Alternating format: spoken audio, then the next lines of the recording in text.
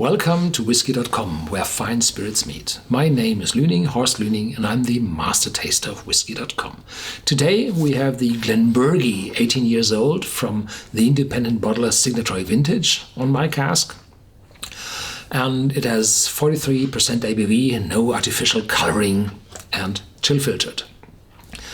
Glenburgie, I visited Glenburgie in 2005, I think, and it was just in the construction work. They were just in the construction work for building a new still house, and they just installed the new mash tun, a very huge mash tun with over 10 tons, metric tons of capacity, and this was the beginning of the new Glenburgie distillery. They moved the old stills out of the old houses, which were built around 1825, 1824, when distilling became legal in the highlands. They moved the stills over into the distillery and left place or space for additional stills. And today, after this rebuilding of the distillery, it's one of the most modern distilleries in the Highlands of Scotland. In the years 1958 until 1981, they produced a whiskey called Glencraig, and this was one of the very few, if not the only, whiskey which was named after a person.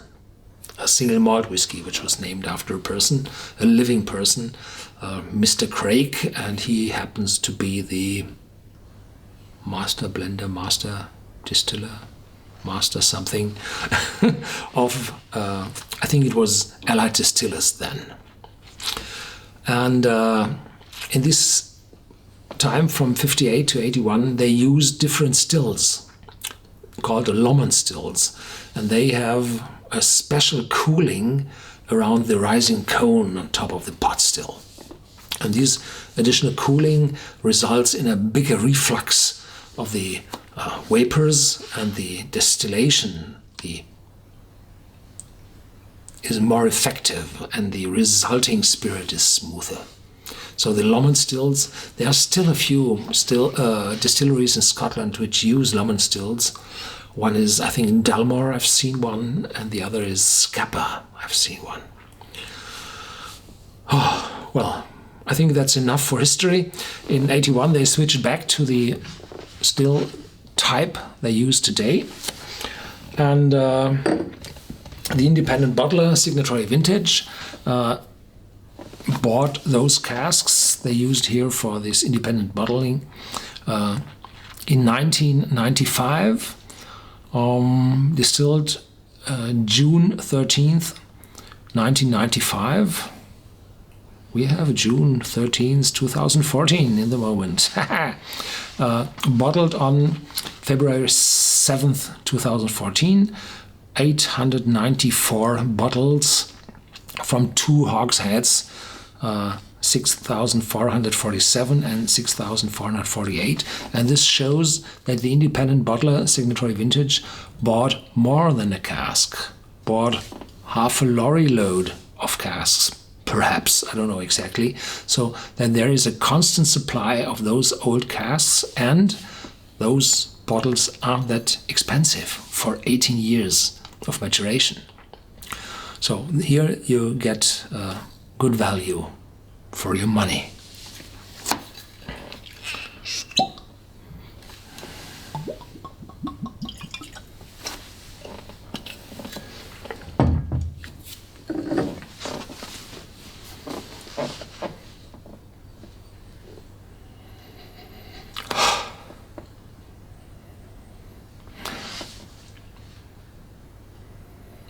Fruitiness, but not this citrus notes, no.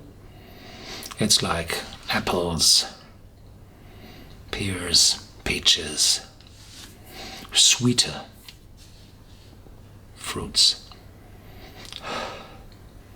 And in the back, vanilla and caramel is appearing. So even those hogsheads were reused, refilled casks. They still give a lot of aromas into the whiskey over those long 18 years.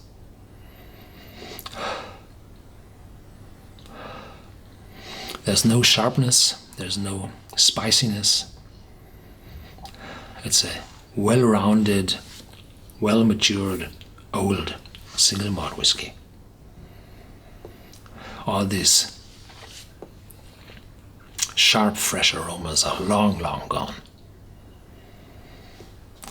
And it's a complex, well-rounded aroma.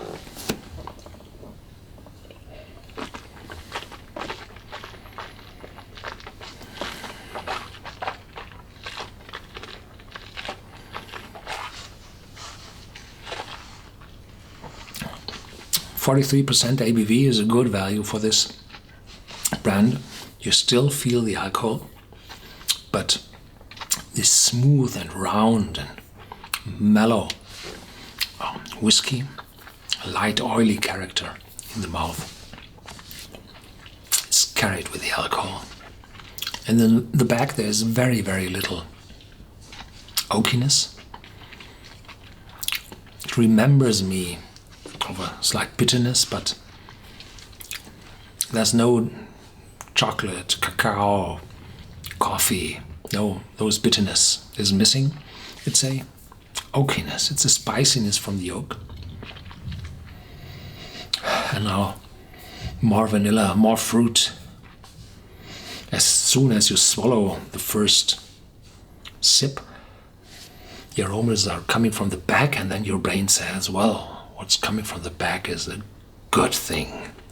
Let's have more of it. And this is dangerous with this whiskey. It's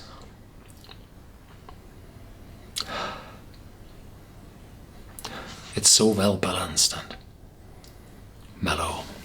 Very good.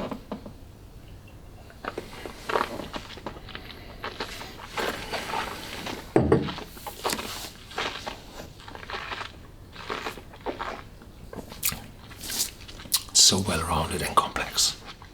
Not too strong, not too bitter, not too much oak. It's just well-balanced to the exact point where the whiskey is on its top. Thank you for watching Whisky.com. Stay tuned, there's more to come. Feel free to comment and share this video with your friends.